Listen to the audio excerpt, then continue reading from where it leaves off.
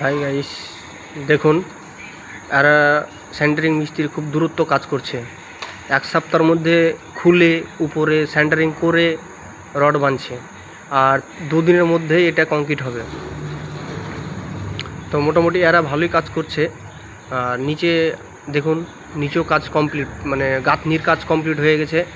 আর মোটামুটি 2-3 দিনের পরে প্লাস্টার হবে। আর তারপরে আপনাদেরকে ফাইনালটা দেখাবো। দেখছেন কিভাবে কাজ করছে, দেখুন জ্যাক নিচে থেকে তুলে 4টা লোকে 7 দিনে কমপ্লিট। এটা কি সম্ভব?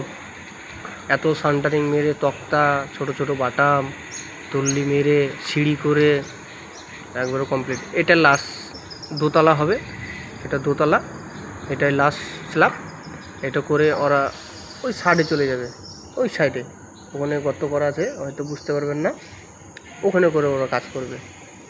আর আমাদের লাইট 6টা বেজে গেছে, 7টা বেজে গেছে, লাইট চালু হয়ে গেছে। আমাদের সাইডটা দেখে নেন, চারোদিকে পাহাড়, তার মাঝখানে আমরা কাজ করি।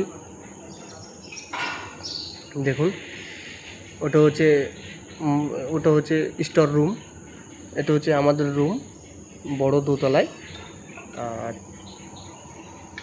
এটা হচ্ছে লরি, মানে এই মাছ টাছ নিয়ে আসে আর নিয়ে যায়।